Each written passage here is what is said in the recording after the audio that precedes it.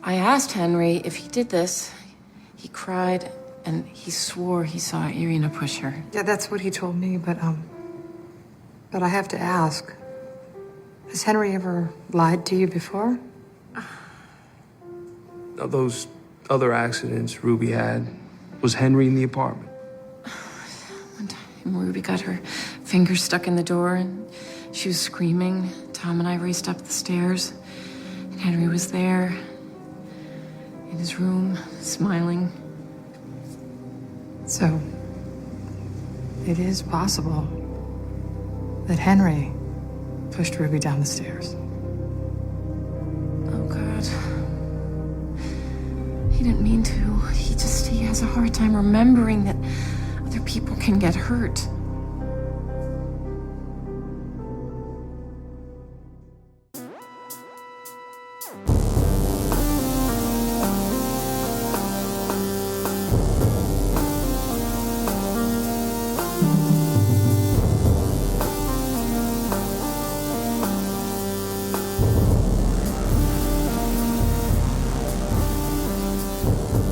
In New York City, sexually based offenses are considered especially heinous. These are their stories.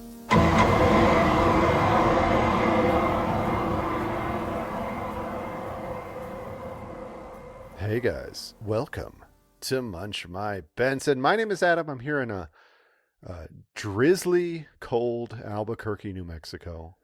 And I'm joined on the line by Josh, who's in a much, much colder St. Paul, Minnesota. How are things up there, Josh? We're in basically week 3 of the siege on the Twin Cities. Yeah. And to be clear, this is just ice. The military has not come in yet, but I presume by the time this episode drops, they will have been here. And maybe I'm dead and the episode never drops, but... So there's a silver lining to every cloud. Silver lining. Maybe I won't have to edit this one.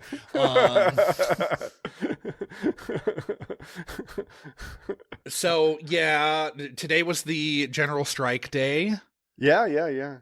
Did you go, like, to the restaurants? It's fucking cold as shit, man. We didn't go to restaurants. I mean, we weren't going to do that because today's actually also our anniversary. Oh, happy anniversary.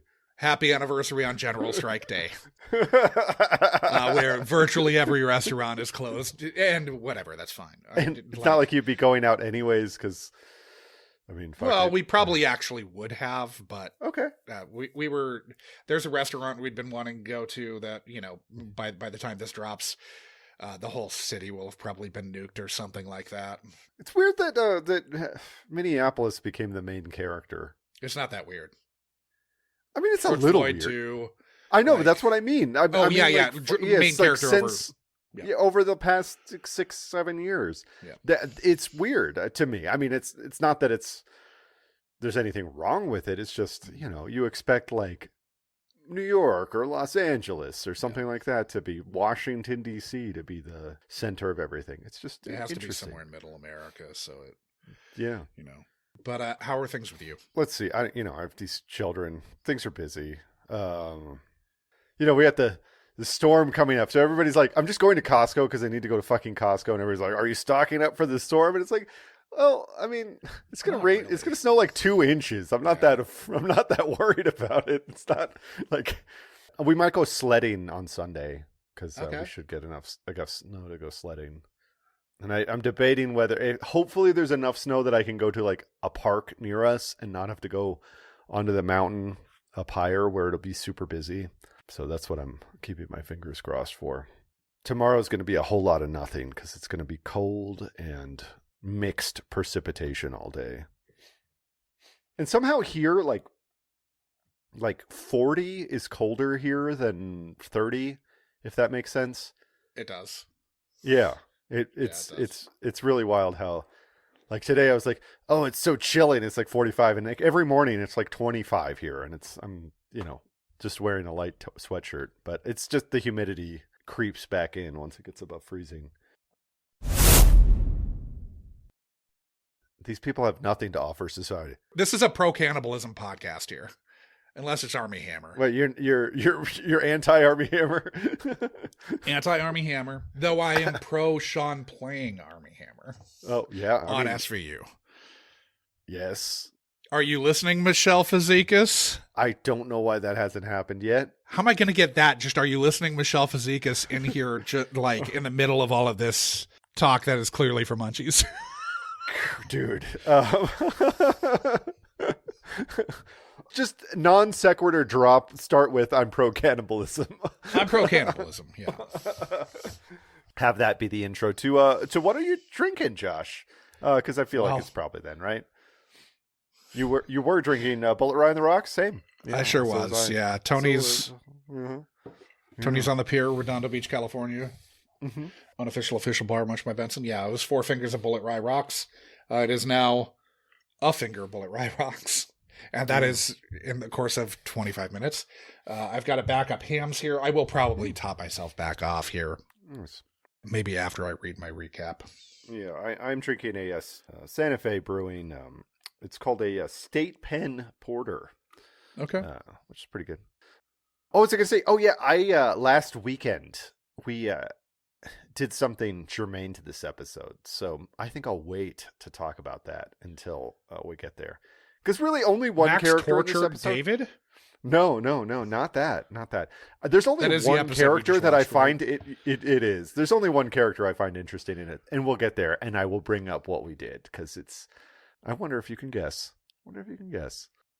Okay.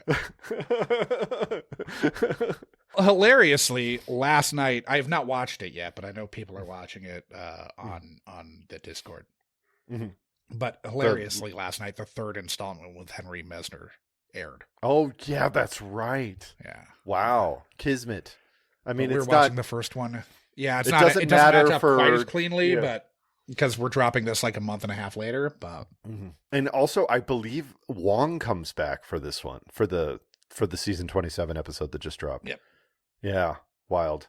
This week we are watching season 14, episode 19. Born Psychopath. Mm-hmm. A nanny with no time for life and 2 affluent, distracted parents try to get 2 kids ready for school in a Manhattan high-rise, while the little girl tattles on everyone in sight, which the brother, Henry, tells sister, Ruby, no one likes a snitch. Both kids suck. But when Ruby gets to school, the nurse finds bruising on her side and a bump on her head.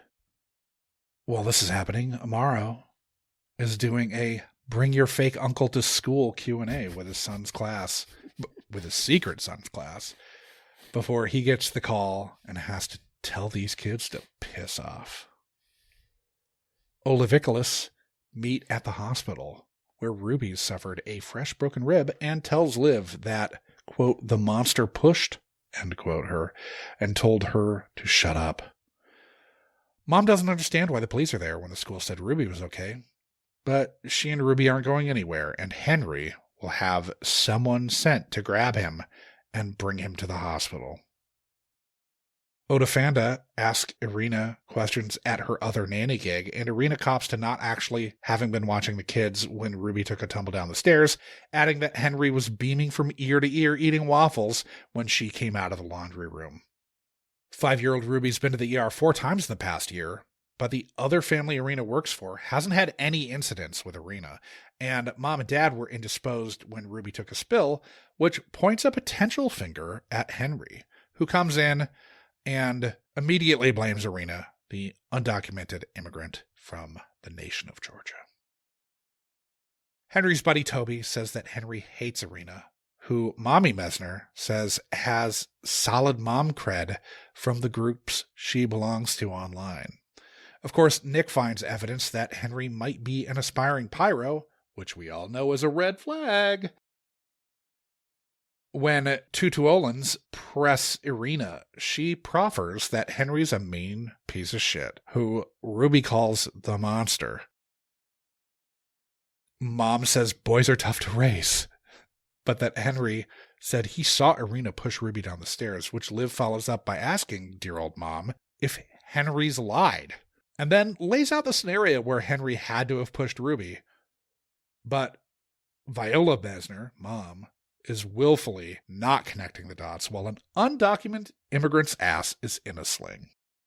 Remorseless, Henry finally cops to pushing Ruby, but asserts that he thought she was fine because once Irina came over to his fallen sister, she stopped crying.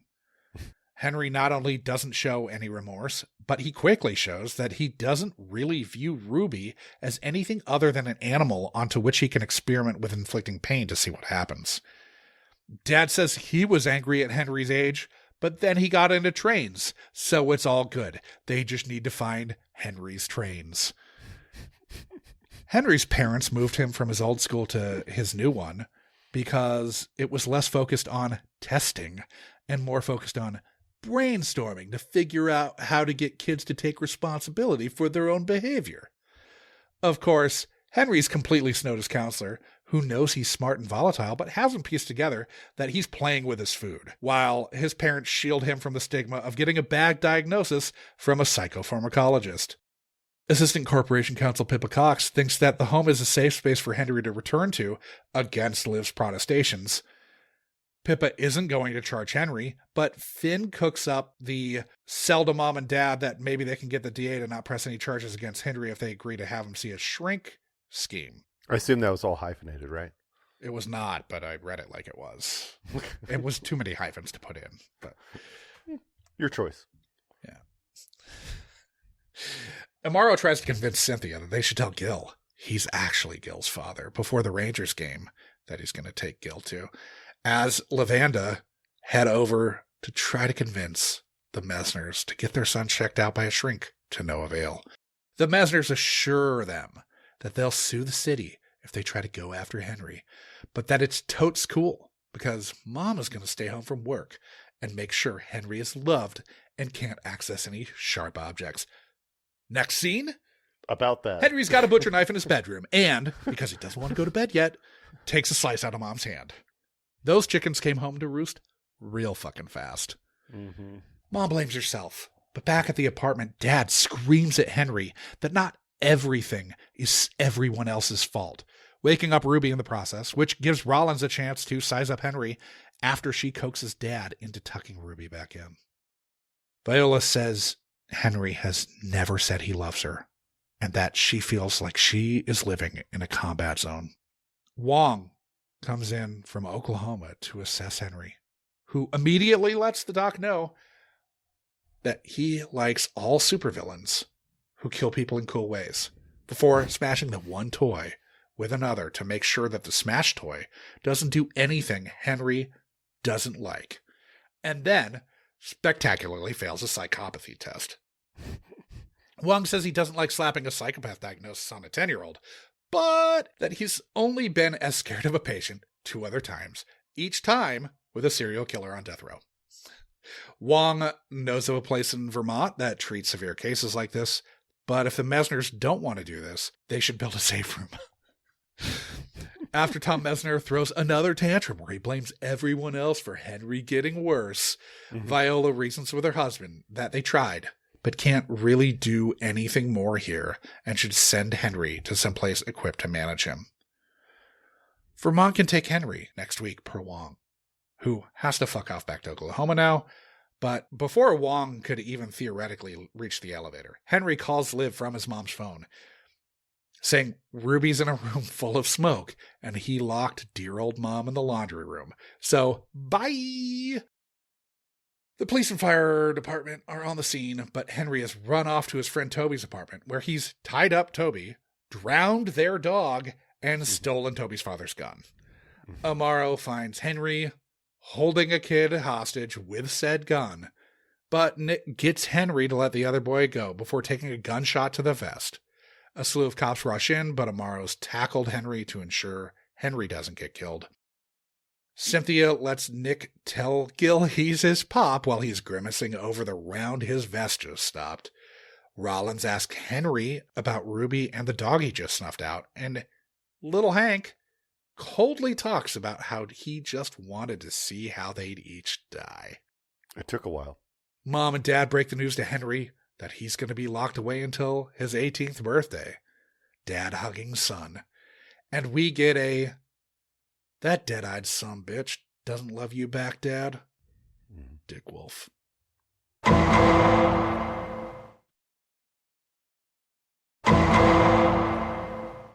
Yeah, I'm sorry, Josh, but fuck that train, Dad.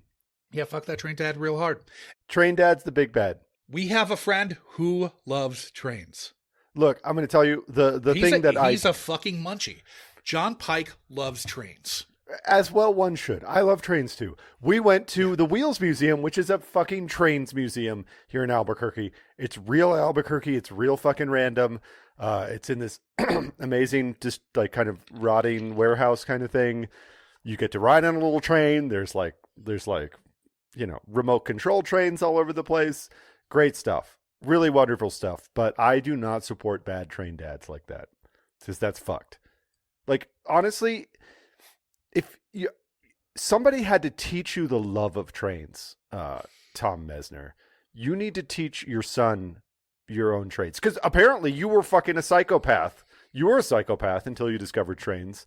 And what does that mean exactly? What does discovering trains mean? You saw one go past, and then you you transferred the like sexual feelings you had for like pain and murder onto trains?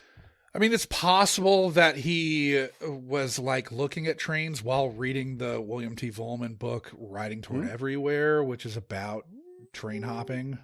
He's probably a little young for that. I was thinking more like he watched North by Northwest and really loved the train entering the tunnel at the very end of the film. Yeah. Oh yeah. where Cary Grant is entering Eva Marie Saint. That's the one, Josh. That is the text. Real subtle. I think it's really annoying that they named Hope Davis's character Viola, because it's just very confusing to me. Every time I look at her character, I want to say Viola Davis. And yet it's clearly not Viola Davis. So, guest stars. Yeah. Speaking of which, we're seeing a bunch of people. We are. Some of whom we'll see again. A couple of whom we've seen before. We've already talked about Jessica Phillips playing Assistant Corporation Counsel Pip Cox. That was in 124. Was he blue-balled, then blackballed, or was it the other way around? Where we discussed Season 17, Episode 15, Collateral Damages. We've also already talked about Emily Dorsch, who's playing school counselor Hannah Schwartz here, who is no relation to friend of the pod, Hannah Schwartz.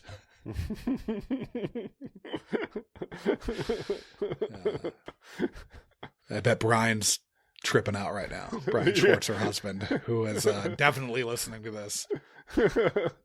We saw her a couple years after this, having ascended to the rank of principal, but still Principal Hannah Schwartz. It's the same character? Same character. That was in episode 65. That's how you get throat gonorrhea, kids. Where we're talking... Sorry, that's how you get throat gonorrhea, kids. Yeah. Really needed to read that comma. You can't have kids from throat gonorrhea. Yeah. Allegedly. Yeah. The characters might think you can. They might find a way. Love finds a way. Not life, love. But that was season 16, episode 19, granting immunity. First up, Ethan Kutkoski, playing Henry Mesner here. He was born in Campton Hills, Illinois, to Mexican-American teacher Yvonne Cabrera Kutkoski and computer software engineer David Kutkoski. He began appearing in photo ads at 4, being asked to audition for commercials and movies shortly thereafter. He attended Bell Graham Elementary School, Thompson Middle School, and St. Charles East High School. That's St. Charles in Illinois, not St. Charles, Missouri. At 9 or 10, he was cast as Carl Gallagher in Shameless, which ran for 11 seasons until 2021. Yeah. He's in the films The Unborn, Conviction, Alex October, Going Places, which he co-produced, and Happy Gilmore 2. He took a plea deal on a DUI arrest in LA when he was 18. He's also released 7 singles. He is in 2 more episodes of SVU, including the one that aired last night in Adam and My Timeline. As this character. This character comes back, people. Weirdly enough. So does Wong, apparently. I wonder if he has the same weird haircut.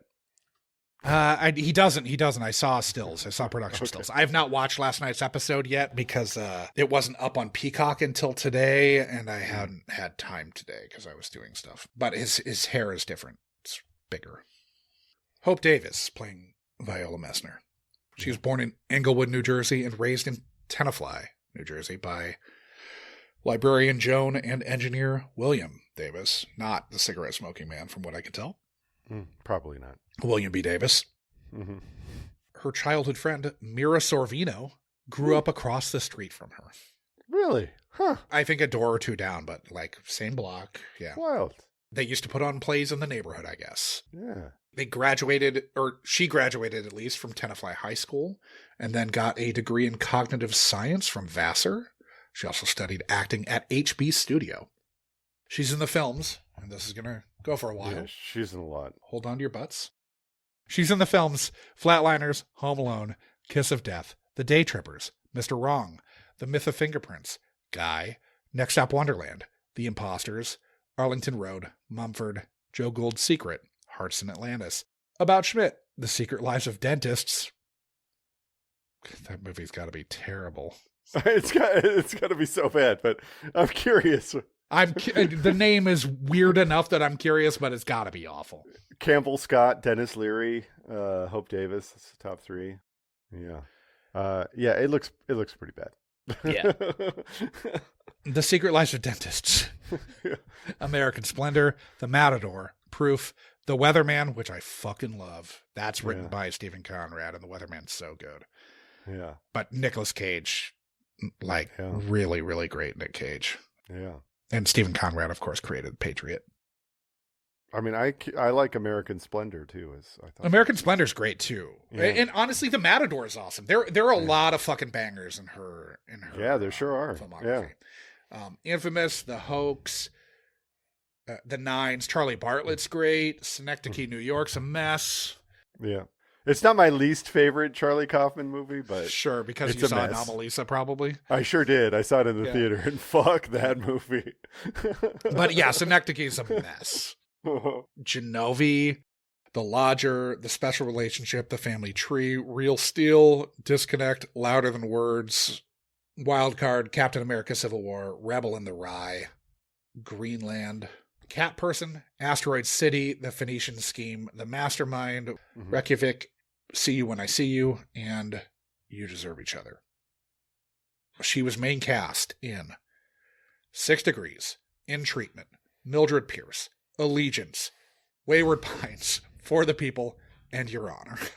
Like, she's main cast in so many, like, prestige TV era 1 or 2 season shows.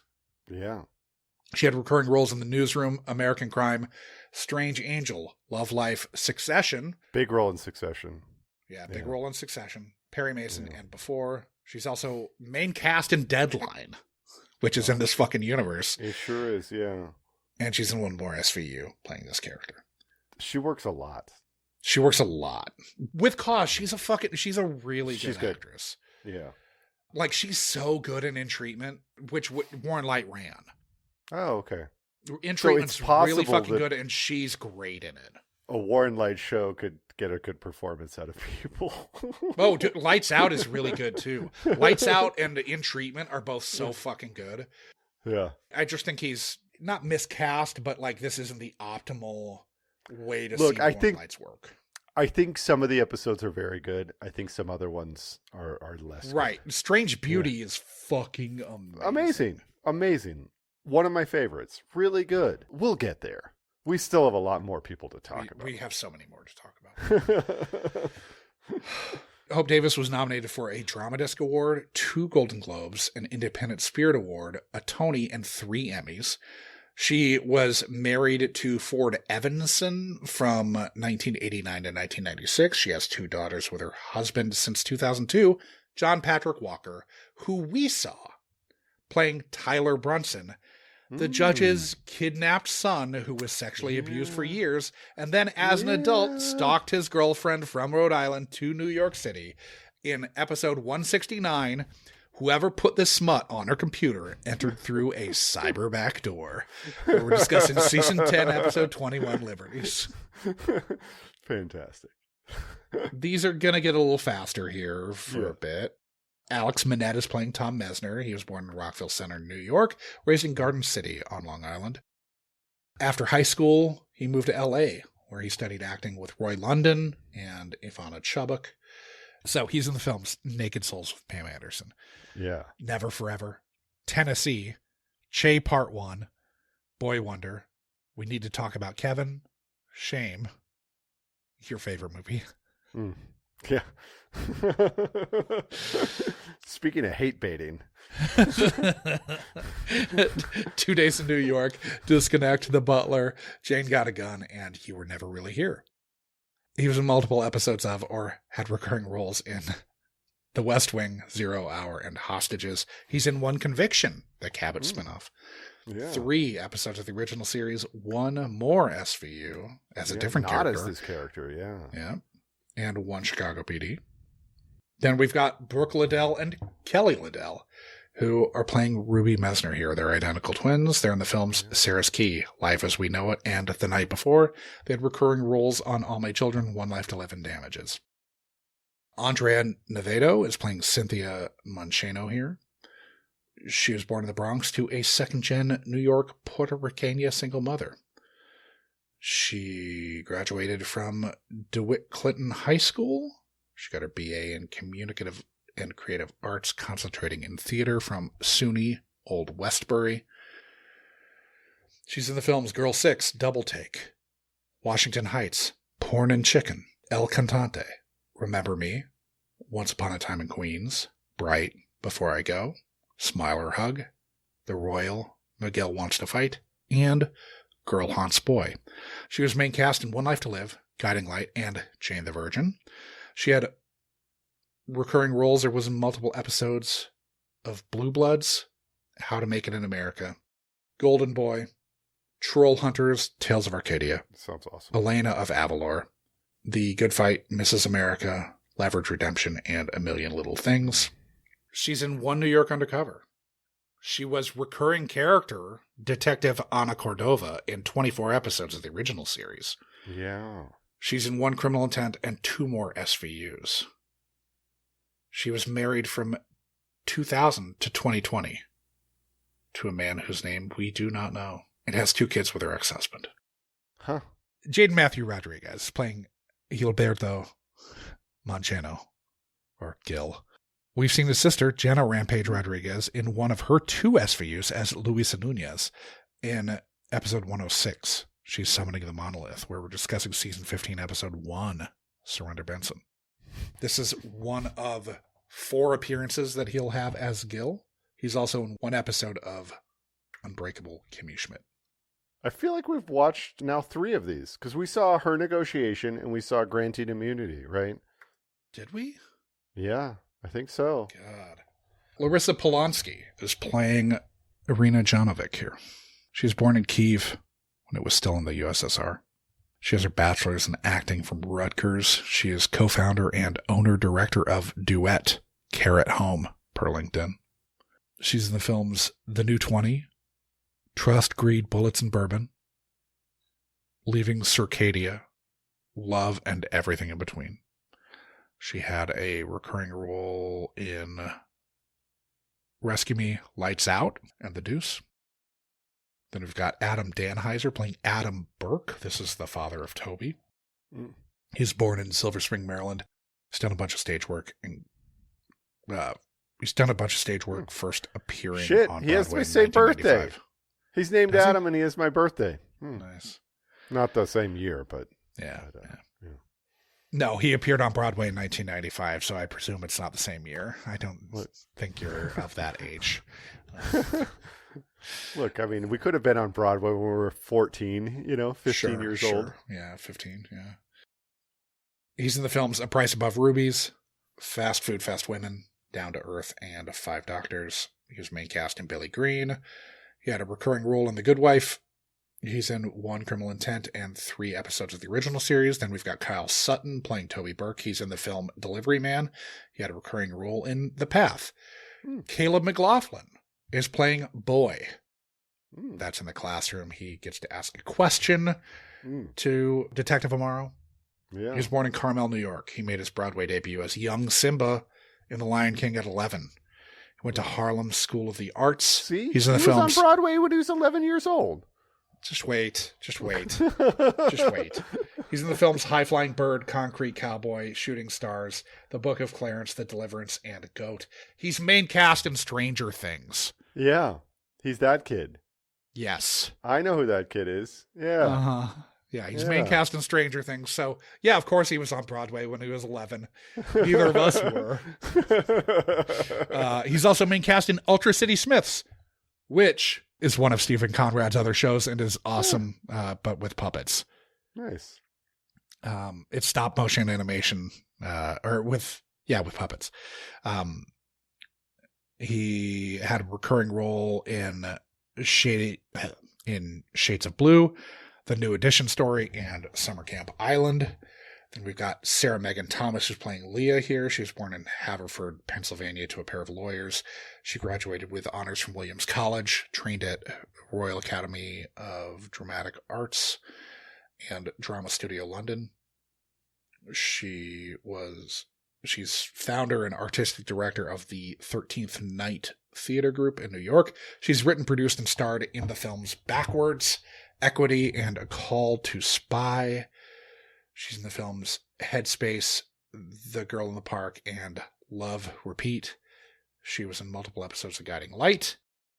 She's married to former VP for Commodities, Sales, and Derivative Risk Management at Lehman Brothers, Jason Stephen Donahue, with whom she has a son. I'm sure he did nothing wrong. Well, he presumably has a different job, right? One assumes. And then, last one. B.D. Wong, playing Dr. George Wong. Ooh, Guest star okay. here. Yeah, sure is. We haven't talked about him. We haven't talked about him. Wow. Okay.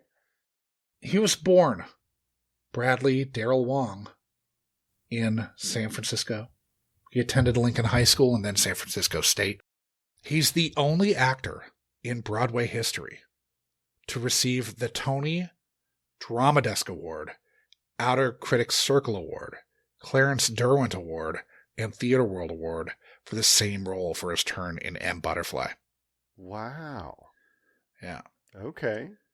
He's in the films The Freshman, Mystery Date, Father of the Bride, Jurassic Park, and the band played on The Ref, Men of War, Father of the Bride Part 2, Executive Decision, Joe's Apartment, 7 Years in Tibet, Mulan, The Substitute 2, School's Out, which we've done for movie. We've done.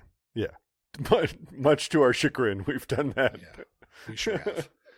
The Salton Sea, Mulan 2. I'd still rather have done The Substitute 2 than Green Card. Yeah. Yeah, there's that. Which I just put out. The Salton Sea, Mulan 2, Stay, Ira and Abby, White Frog, Focus, The Normal Heart, Jurassic World, The Space Between Us, Jurassic World Fallen Kingdom, Bird Box, Jurassic World Dominion, Blues Big City Adventure, Heart of Stone, and The Monkey King. He was main cast in All-American Girl, Oz, Awake, Mr. Robot, for which he was nominated for an Emmy, Something's Killing Me with B.D. Wong, and The Gremlins, I believe, animated series. He had recurring roles in Sesame Street, Madam Secretary, Gotham, American Horror Story Apocalypse, and he is Awkwafina's dad, and Awkwafina is Nora from Queens. He's been in 232 episodes of SVU, a total surpassed only by Hargitay, Ice-T, Floric, Belzer, Maloney, Giddish, and Scandavino. This is a lot of people that have been in a shitload of episodes. Yeah. He was partners with talent agent Richie Jackson from 1988 to 2004. They had twin sons through a surrogate, one of whom died 90 minutes after childbirth, leading him to write a 2003 memoir about his experiences with surrogacy, following Fu, the electronic adventures of the Chestnut Man. He does a lot of charity work for LGBT and arts-related organizations. He's now married to his partner of then 8 years, Richard John Fredrickson Schnorr. That happened in 2018.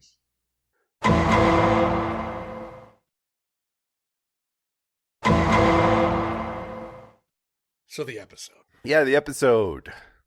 This is a very long and very boring and very detailed account of what a morning looks like for rich assholes in New York City. Oh, yeah. I had the same thought. Like, can they all just die right now, please? Except for the working class, the nanny. The nanny can live, but everyone else, yeah. Can they? Can the windows just blow out and they get sucked out of the windows? Also, let's talk about this apartment. Okay, so she has some kind of nice but regular sounding job.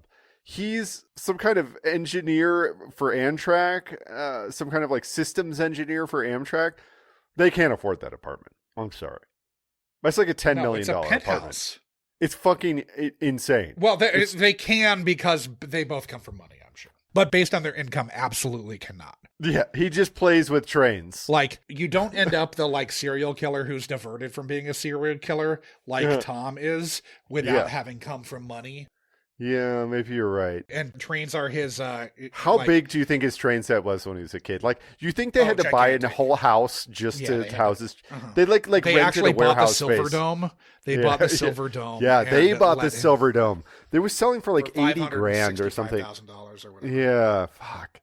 Man, that would have been fun. You could really do a... fuck, what's it? You just watched the movie. I'm totally blanking on it right now. The Bud Court flying machine movie. Brewster McCloud. Brewster McCloud, thank you. You could do some Brewster McCloud cosplay if you own the Silver Dome. Sure could. I did think about that while I was watching it. I wish I'd been able to buy the Silver Dome. Yeah. But then, think about the HVAC costs of that thing. Enormous. You just walk around in a portable heated suit. Always see your breath. Maybe you could heat the offices or something like that. Yeah, you would not heat the whole place. But yeah, these people are too rich. Yeah, but again, their income does not support this. This is like a $10 million apartment. Oh, it's 100%. ridiculous. Yeah. It's massive. One of them clearly comes from money. Mm-hmm. This apartment was not bought on their own steam. You're thinking it's Bad Train Dad. 100%. He seems to be running the show. Bad Train Dad is, I think he's the big bad in this whole thing. Bad Train Dad comes from money. Mm-hmm. Mm-hmm. And at this point, it sure seems like Elena's beating the shit out of this girl because she hates these rich people. That's because nose ring plus bracelets plus texting equals very bad nanny. Yeah, right. We don't trust this. Yeah. But we do have parents who can't bother to be parents here, so. Well, Dad, he's called away a lot. And, he is never available. For train emergencies, Adam. Well, I get it, but he's called away for train emergencies. No, I don't want to make light of this because, there were 2 train disasters in Spain last week. But I feel like in this country, with our national train, outlet, I'm always happy to live close to a primary target for a nuclear strike. Sure. So I live very close to Kirtland Air Force Base, which is where most of the nuclear warheads are stored. Most of them are here that or aren't at Pantex. silos. Well, so yeah, the ones that are not actually, they load them onto the... Right. The ones that aren't sitting weapons waiting to be launched. Mm-hmm. So there's Pantex near Amarillo, and there's Kirtland Air Force Base. And that's where they do most of the either decommissioning or commissioning of them. Sure. In both of these 2 places. And so they're high up the target list. Galveston was also high up the target list because of a bioweapons facility. There was a 2-minute walk from my house. And New York was too. New York was maybe, I assume so. Yeah, maybe number 1 on the list. Yeah, probably get 4 or 5 sent that way. Yeah. Anyways, where are we? Ruby's got a bump on her head, big ass bruise on the left side of her torso. Yeah. Then we've got Amaro in the classroom. Yo, Amaro, you ever plug anyone?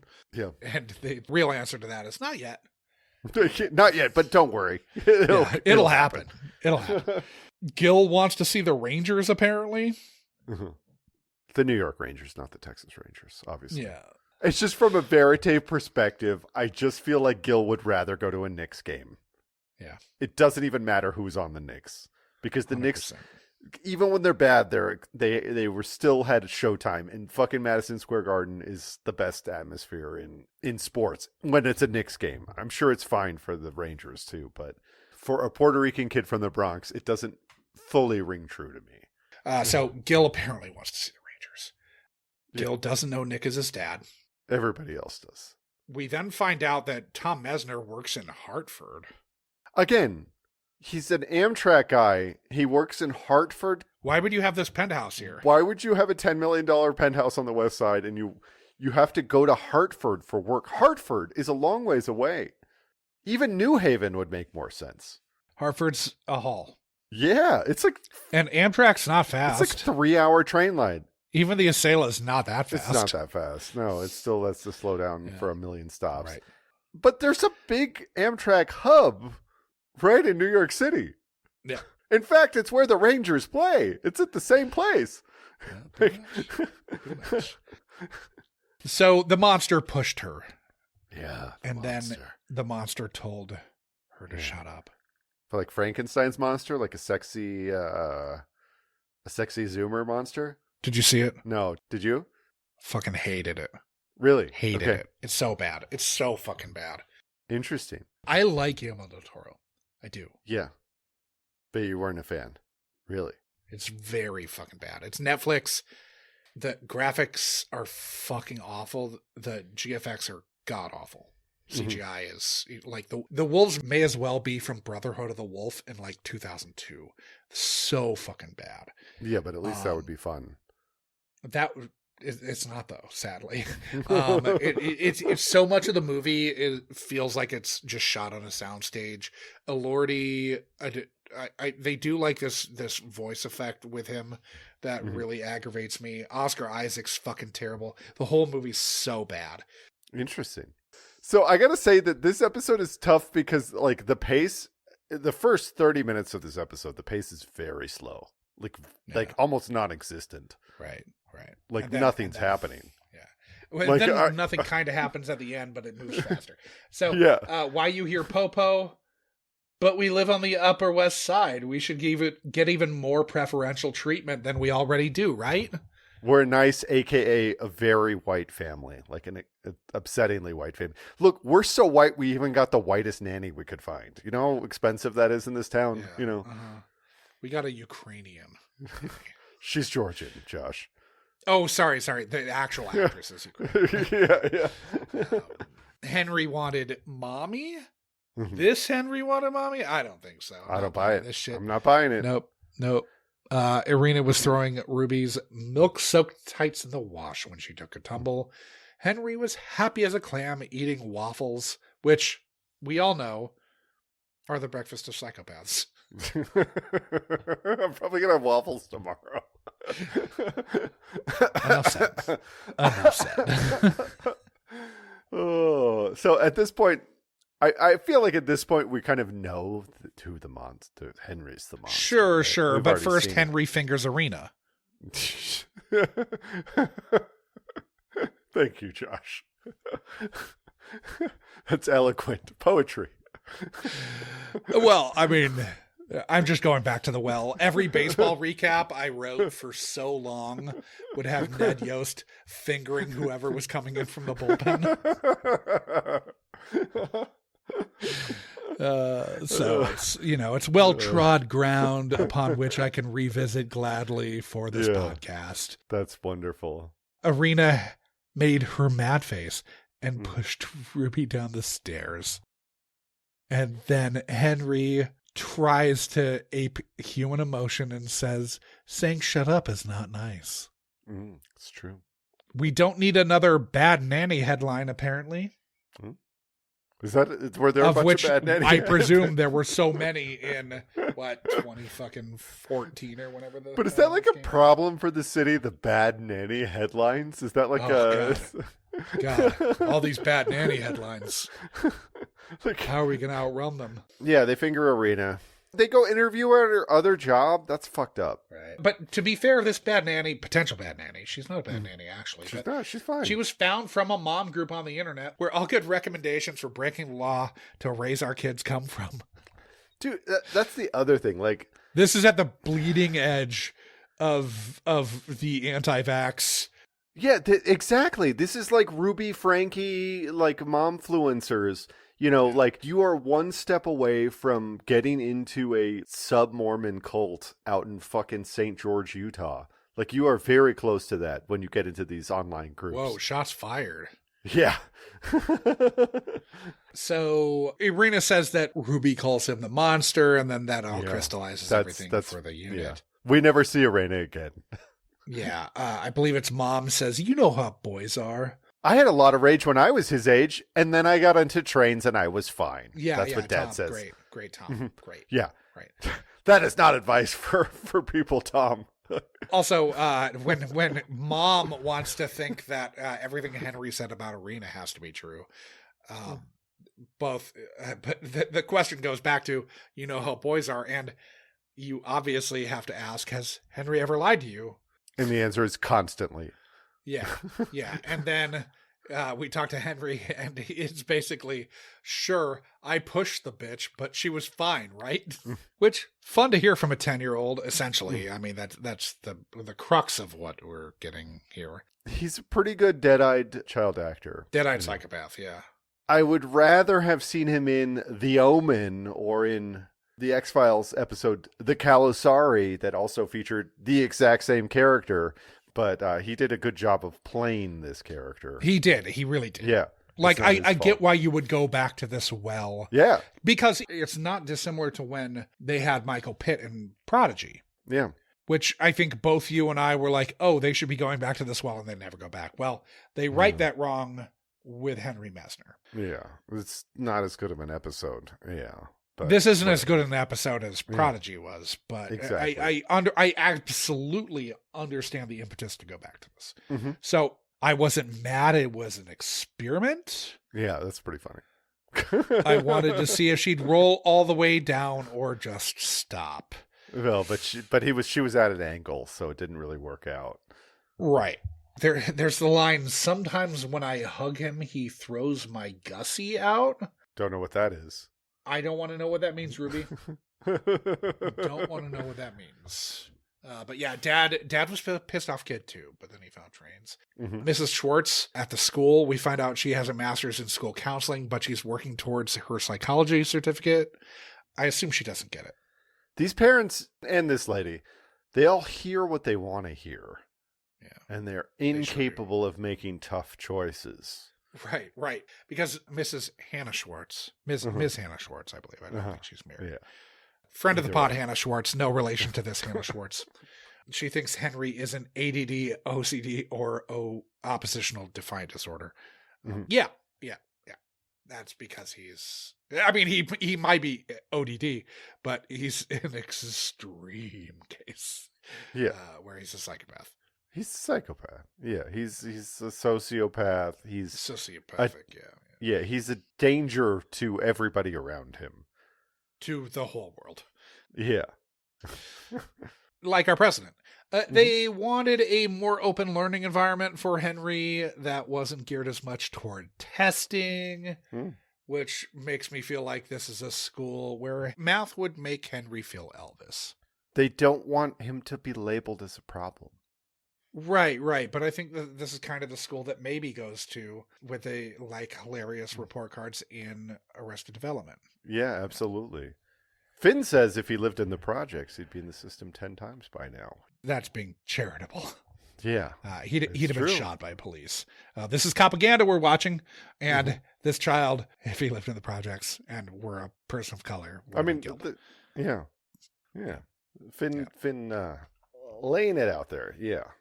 Gil would not get this treatment that this right, guy. Right. But her counselor's getting fucked with by a 10-year-old, getting toyed with. We're also led to believe that because she doesn't have a degree, because she doesn't have the fancy degree, she's incapable of understanding or making tough decisions. She's a fucking Because idiot, a degree basically. makes one capable, obviously, as we've learned time and time again. Obviously, you would you would rather have a psychiatrist, make these assessments. You'd of a rather child. have Fraser or Niles make that designation. But Sure. But these parents, they heard something that sounded pretty good to them, and they were like, "Fuck yes, let's do this." they're wish casting their the diagnosis. There's no want way. their child There's to no have. way that these parents have given. Well, I guess Henry's given a COVID vaccine by the state, but there's no way that the other one got any COVID vaccines, right? Ruby's never been vaccinated for anything. She has. Well, they all of the probably diseases vaccinated. now. They did the childhood, the early whatever, the early things. Not MMR though. They probably did, and now it's like their biggest regret. Not that their kid is a psychopath because their upstate, child got microchipped. but that their child got MMR. Yep. They probably are feeding her raw milk through the Bryce Harper blood transfusion machine. So Liv and Pippa Cox come to blows over sending Henry back into the home. And Pippa, she doesn't want to charge Henry. So Finn comes up with that workaround, getting Henry to see a psychiatrist under the condition. It's that a reach DA around, if you might will. not charge. Yeah, it's a reach around. It's a reach around. Mhm. DA might not charge Henry. Yeah. With a reach around. Mhm.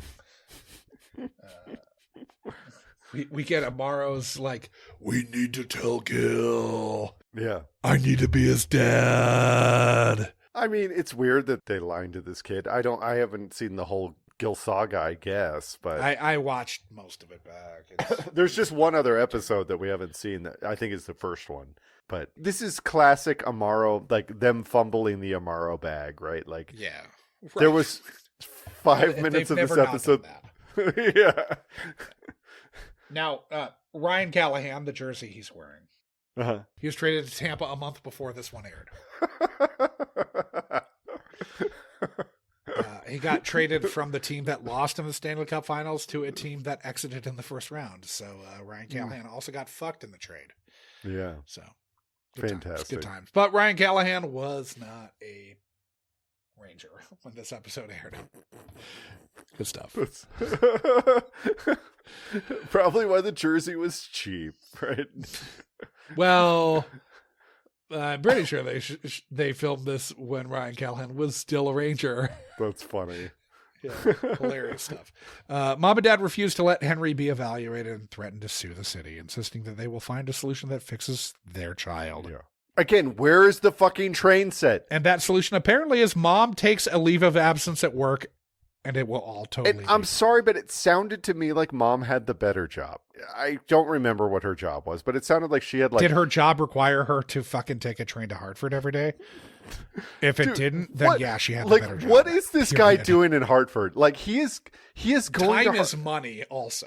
Dude, so does he get comped like have you ever ridden like one of those Amtraks up there? You get the little hot dog. That's like the only thing you can eat. You get a little hot dog. You might be able to get a He beer. gets comp dog. Do you think he gets comp dogs? But gets what's he comp dog. doing up in Hard Dog? I mean, Hard Dog. Hartford. No, hard dog. What's he doing in hard dog? Like he's not. You're he's right. Going to, he's probably spending the whole every week. He spends 3 days in New Haven eating delicious pies. I forget what they call them. A pizza. That's what they call them. A pizza pies. Yeah. They have their own name for them because they have to be different. Well, to be fair, It's really fucking good. it might be the best pizza. Yeah, it probably is. It, It's way better than anything in New York. New York is the only thing that is like its own thing and maybe comparable, I think, Altoona. is Detroit style deep dish. Altoona. Altoona's number 3. No, it's Detroit style deep dish. I think is like legitimately Its own thing, and it can be really good if it's done well. right. Yeah. I mean, like obviously we're talking in the U.S. Like I assume you go to like the best pizzeria in Naples, in Napoli. In Mike Napoli. You go to Mike Napoli's house. And,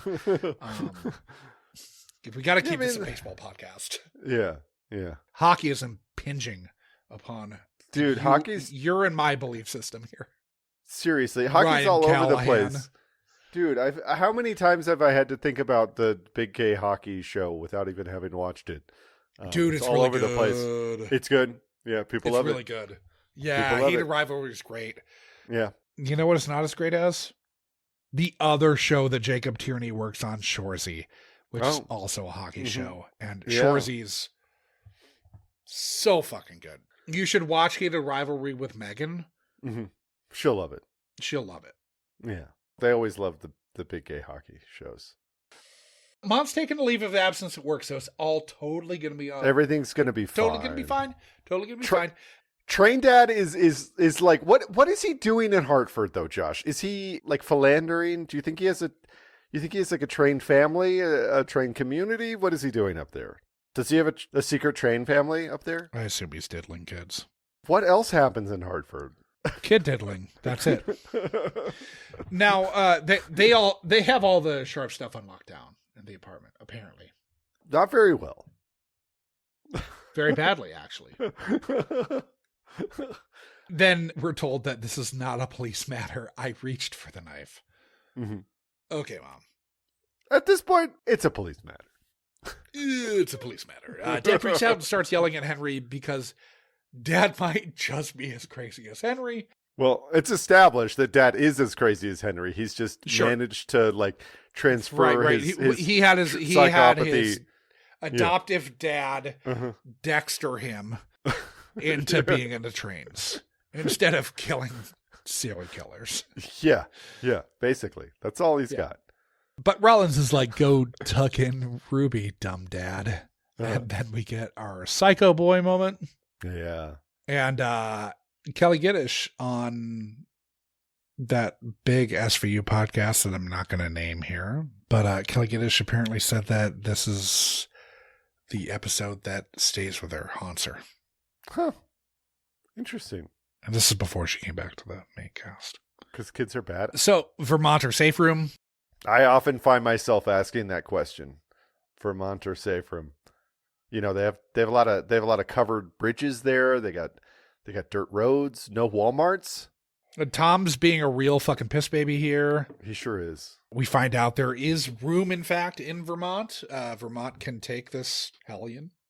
Not soon enough, though. Vermont didn't take him soon enough. Then shit's on fire, and I locked Mom in a laundry room. Yeah. Well, I felt like Nick shouldn't have left the giant box of cut-off match heads. As a non-pyromaniac.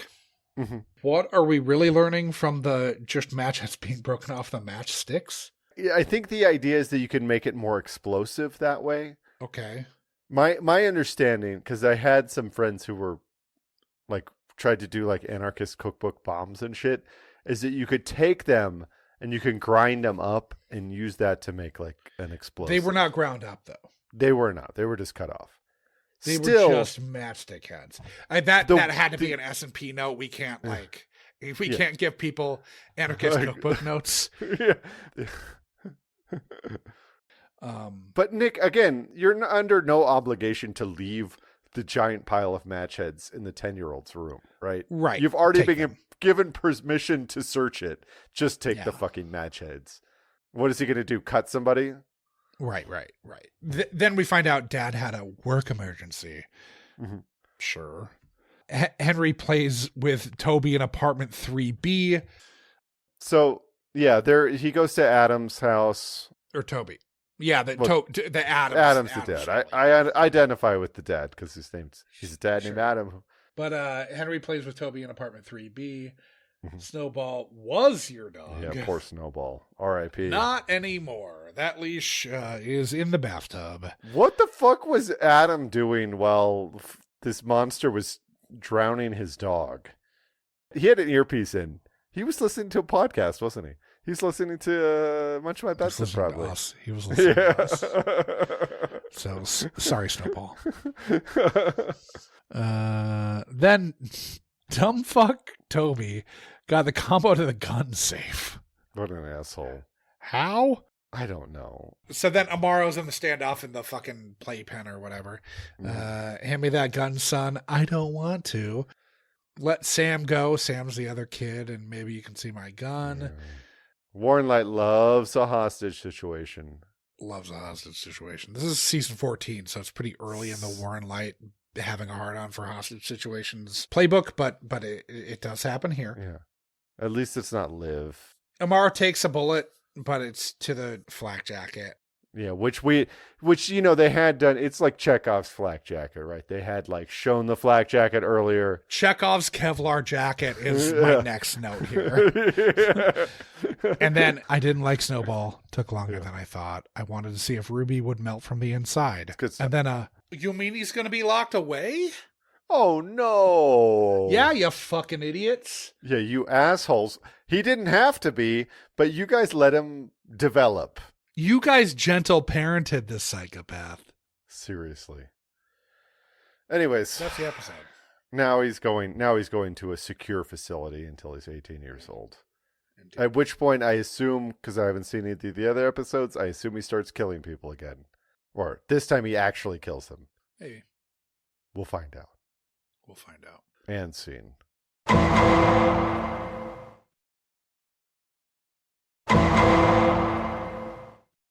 So is it time to rank this thing?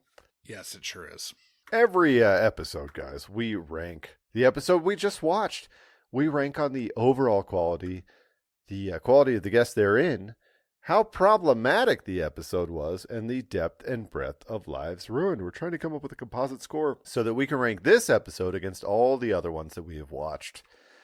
I mean, we'll just start front to back. Was this episode good? Because I thought it was pretty bad, personally. I thought it was very boring. I thought there was a highlight to this episode, but it wasn't the writing or the pacing or the performances of our leads. Danny Pino didn't do anything wrong, and he was definitely the featured actor in this. But what are your thoughts, Josh?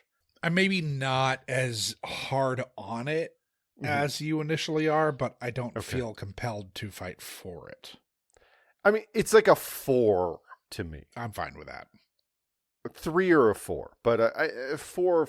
Like, I think it suffers under the burden of not being a fun episode. And yeah, maybe that's my problem. I thought it was just kind of boring.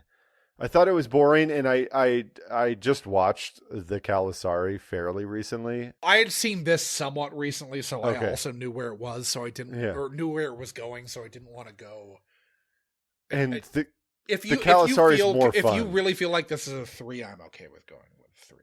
Well, then we'll go with the 3. I just thought it was very boring. That was my problem with it. I just thought the pace was worrying dead. that I was penalizing it too much from having seen it somewhat recently in the last couple of years. Okay. Now, the thing I think is good about it is I do think that Ethan Kokoski is very good. I think he's good. I think he's really good. And I think that he carries the episode. I think Hope Davis is good also. Hope Davis is always good. Right.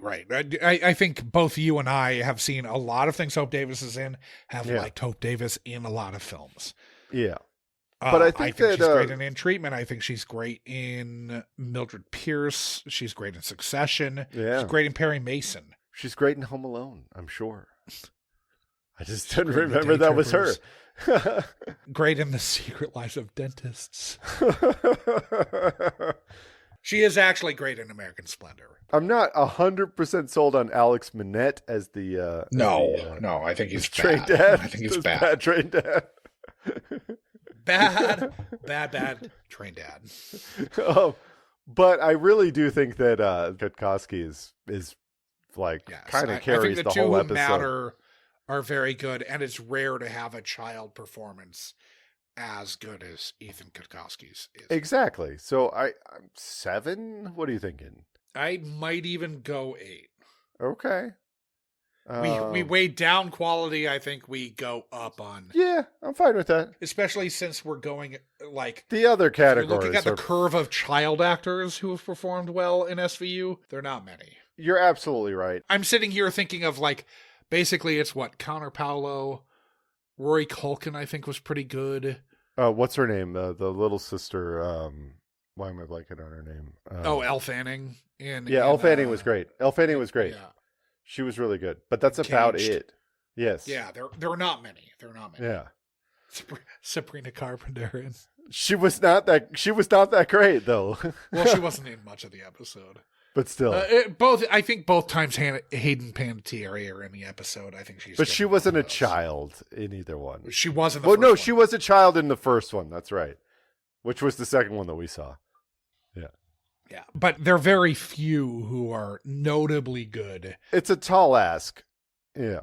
Well, this is maybe the tallest ask of all of them, frankly.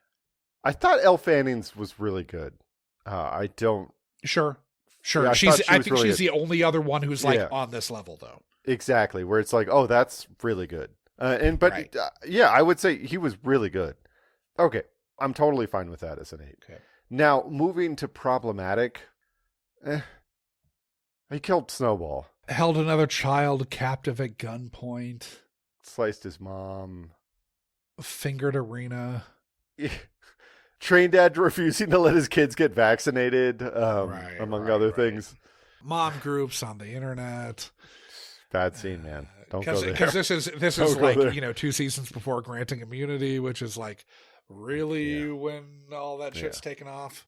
Mm-hmm. Yeah, you don't. But there's not much here. No, it's really not. It's pretty. If we're saying like it's boring, this is the category that boring shows up in, right? Yeah, agreed. Any of the like kind of problematic stuff, it's still like, well, it's problematic, sure, but it's not like fun. No. 3? I wouldn't even go that high. I was going to say 2. Okay. Yeah, because I just don't. It's just not really. I kind of. You're not going to get me to fight for this on that front. No, and then so depth and breadth of lives ruined. We have a poor train dad. Snowball, poor train dad. Toby's probably got the. Honestly, Toby's. I feel worse for Toby. Toby, I feel worse for Toby than I do for Ruby. Yeah, Ruby's the sister. Yeah, I mean, but she's, poor thing. She loved her brother, even though he's a monster. The monster. And then you got that other kid who's held at gunpoint who didn't even get a line. Sure, the same too. I mean, there's like long-standing like PTSD trauma, but like it's also probably young enough for most of them that they're able to persevere more because they're gonna forget about it by the time. Although, I guess a hardwire. What, like a 4? It's gonna take Arena like a couple of years to get her Rex back on the mommy blogs, right? It's not her fault. I think Irina's actually okay after this. But don't you think she's getting fired issue. by these like... No, the other family is going to be totally fine with her. I don't know. These people are high-strung, Josh. They don't want a whiff of, a problem with their nannies. I'm just worried about her career choices going forward. But we're also going to be dealing with a situation in which this little shitbird is coming back 2 times. I know. And more and more and more, Irina's probably going to be able to like go on the fucking cable news circuit. That's a good point. Good point. Yeah. She's going to be on like with Nancy Grace or this is Dr. Phil. I think Irina's actually better off after this. Ultimately, It may take a few years of like scuffling and struggling and. Yeah, she probably had to like waitress at some Georgian restaurants. Georgian food, highly recommend. We're talking these kind of weird like grits, bread bowl things with like melted cheese, grits, and chicken, and waffle. No, the other kind of Georgian. It's great. There's a bunch of Georgian restaurants in New York. Won't find them anywhere else, but it's an interesting cuisine. It's different, but it's got a dumpling culture. Yeah, it does. It does. Closer to your Momo, your like Central Asian dumplings than some of your other dumplings. But yeah, I recommend. Not like pierogies, more like your. But the best thing is these like bread boat things where they just like you have this like sea of molten cheese in the middle. It's very good. It's kind of, I guess, their answer to pizza, but very good. All right, so depth and breadth of lives ruined. I don't know. What is this? 4, 3, something like that? 3? 3. The thing for me is that like that last scene, maybe it's just seeing Train Dad in it. I bet Hope Davis could have pulled it off if it was just Hope Davis. And maybe it was 100%. Just the page was bad, but if it had been her husband, real life husband. Yeah. Yeah, there Tyler you go. Brunson. Yeah. I just that Jalen Brunson's brother. Oh, most likely. Is he? He's not, right? No, they're brothers. Okay. Well, Jalen The Brunson's character in the like, episode. probably is 25 years The character in younger the than him. episode is Jalen Brunson's real life brother.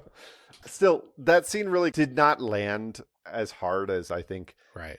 they wanted it to land. Because I think at this point we don't care about that kid. We don't really care about any of them except for maybe Ruby. Because we think they're all too self-serving to admit that their kid needs help. And that's why they got themselves in this fucking problem. Anyways, okay, what, 3, 4? What are we saying? What do you like? 3? Great. All right, so that gives us an overall composite score of a 4. Which, yeah, this is a 4. It's 4. It's forgettable. Oddly. Which I think is damning. With Psychochild. With Damien from The Omen, this is forgettable. Yeah, because... The only reason we remember it is because he comes back. I'm just telling you that the difference between this and The Omen, or this and the Calasari, is that those Psycho kids had an angle. Yeah. They were both like the spawn of Satan, right? This is just some fucking awful kid. Do you know how many awful kids live in the Upper West Side? Thousands of them. All of them. Yeah. So I think it's time to roll the next one, Josh. 250. We don't need to roll it, do we? We sure We just don't need to roll it. say what it is. The Munchies had the choice between Wow. the 4 choices. Season 20, episode 22, Dis. Oof. When a pop star is assaulted in her home, the SVU investigates the public feud between her rapper husband and a competing recording artist. That sounds amazing. Meanwhile, Finn's family ties to a suspect takes him off the case. Guest stars include Snoop Dogg, Orlando Jones, and Amber Stevens West. Okay. The second choice was season 14, episode 3, 25 Acts. An erotic novelist is sexually assaulted by a popular TV host who attempts to bring her book to life. Mm. The SVU detectives persuade her to press charges, but the investigation reveals a secret that could ruin the novelist's career and her case. Guest stars include Anna Klumsky, Roger Bart, Adam Baldwin, and Jay McInerney, the writer of Bright Lights, Big City. Yeah. Or, as our intrepid Munchy, Alex, said, otherwise known as the episode where Barbara asks a perp to choke him on the stand. But it's one of the first Barbas, right? I believe it is, yes. Yeah. The third choice was season 12, episode 3, Behave. A rape victim claims she has been raped 4 times and harassed across the country by the same man, and the investigation reveals she may not be his only victim. Guest stars on this one include Jennifer Love Hewitt, James Legros, and Skeet Ulrich. And the last of the 4 choices is season 24, episode 6, Controlled Burn. Here we get to see Rollins teaching an eyes wide shut party gone wrong and the best kind of feminism, the straw man kind that hates men so Graziano can grandstand about how right he is to hate feminists. Oh, nice. This one guest stars Brooke Bloom. So, the votes are in, and by 1 vote. Ooh. 1 vote. Close. 25 Acts beats out Behave. So, Okay. the Jennifer Love Hewitt episode lost out to Barbara asking a perp to choke him on the stand. So our next episode, season 14, episode 3, 25 Acts. Oh, it's hyphenated? That's weird. So 14-3. All right. Okay. 14-3 here. Yeah. We're mired in season 14, I guess. At the moment. Apparently. Which I feel like this is... Well, we've watched a couple season 14s. I guess I've blocked them out of my memory. Some of them. I don't remember any episodes at this point. The moment we've recorded, unless it's like one of the first, like, I don't know, 75 or so, maybe 100. Maybe I remember the first 100 pretty well. Yeah. Barring like episode name of the actual episode, no idea. But if I look at the Munch My Benson name, I can sort of like Usually. Friending Emily was a season 14. But like once we get past episode 100 or like 125 or so, it's like no idea. You remember Friending Emily? That was the one with. I do. Yeah, that's Emily Rollins' sister. exactly. But we called that one Tearful iPad Reunion, which is now I'm like, oh yeah, I remember that scene. I don't remember the rest of the episode that I saw the name. I was like, oh yeah, I remember that shit. Something was going on with trains because season 14, episode 8, Lessons Learned, our title for it was He's a Senile Train Perv. Well, is that the Charles Grodin episode? It sure is. Elliot Gould, Charles Grodin, Tony Rapp. It's a good one. Sure is. I do remember the train perv. Yeah, train perv. They were really into train pervs. Anyways, that should be interesting. Regardless, if you wanted to vote against this episode, you missed your chance. But next time, when we vote on episode 260, you can get your revenge if you join our Patreon. Sure can. You also get these episodes a week early uncut, and you'll get a lot of content. You get an extra hour of this episode, if I had to guess. Something like that. Maybe more. Easy hour. There's a lot of stuff I can't put out to Gen Pop. Oh, absolutely not. Yeah. This was maybe our most revolutionary episode. Well, Josh is really ready to start manning the barricades. Understandably. Much more than that. But yeah, that's where you're going to find that salacious content, that incendiary content. Yeah, incendiary is a better... Incendiary is much more apropos. Yeah, I think you did talk about drinking from Donald Trump's teats, though, so that's fairly salacious. Sure, yes. Regardless, drinking the tea from his teats. Now, if you wanna discuss this episode, probably the best place to do that is going to be our Discord channel. You can find the links to that in our show notes, where you can also find all the links to all the other things. Our website, munchmybenson.com. Our email address, munchmybenson@gmail.com. Our Zazzle merch page. Our various social media accounts, which are generally at munchmybenson. Mm-hmm. Sometimes with a .bsky or... It's always... I'm sure Josh is mostly posting on our Mastodon account now. Oh, but exclusively, yeah. That and Post. Uh-huh. That and Post. Post and Mastodon, those are on fire. I'm the only person posting on those platforms, and it's great. Guys, I think we need to stop doing this. Before I start to sing other podcasts out there. It's a bad podcast, though. It's a really bad podcast. It's one of the... I was so irritated by it that I shut it off by the third episode. I don't understand celebrity podcasts. I don't get it. You're rich and famous. Can't you go sit by a pool? Don't you have a meeting to go to? Get the fuck out of the way. That's what I'm saying. Just guessed. Podcasting is supposed to be for schlubs, That's what it's for. Fucking idiots. For us idiots who fucking failed in the rest of our lives and are trying to carve out some bullshit. Yes. No. Oh man. All right. I think it's time. I think we're done. I think we did this. But good night, guys. Oh, we love you. Keep on munching in the free world. Fucking train money. Oh, I'm so pissed off. Fucking train money. This motherfucker thinks he's Cornelius Vanderbilt or whoever. Exactly. What are you, JP fucking Morgan? Give me a fucking Vanderbilt break. A train guy? Vanderbilt was definitely a train guy. I mean, Morgan was the banker for the train people, but still. I just wanted to make sure that I was nailing it with a fucking train guy. Yeah, Vanderbilt was your classic trainman. Trainman. I mean, I think John D. Rockefeller also, he was into trains too, because he did more. He was more monopolizing. Cornelius and John D. like to run trains together. On that note, leave that in. Bye, everybody. Leave that in. Oh, I'm leaving that in, baby. Oh, fantastic.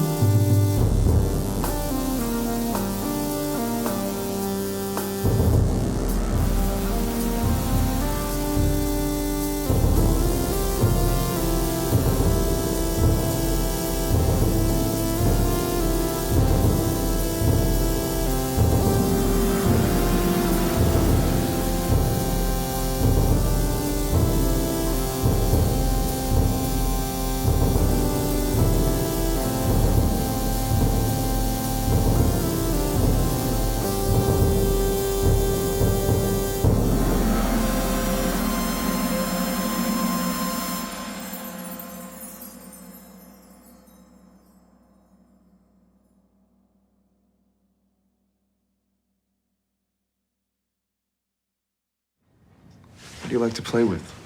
Action figures, superheroes. Yeah, who's your favorite action hero? Bane. He likes to rip people apart. And Laser Ector. He likes to kill people with his laser beam eyes. Well, I'm glad you like action figures because we've got some right here. Oh, I want to be Cape Man. Who do you want to be? I'll be the spiky alien. Oh, great. Okay, so let's say that Cape Man is doing something that Spiky Alien doesn't like. Like play with my Legos. Right, like playing with your Legos. So Cape Man is playing with Spiky Alien's Legos and...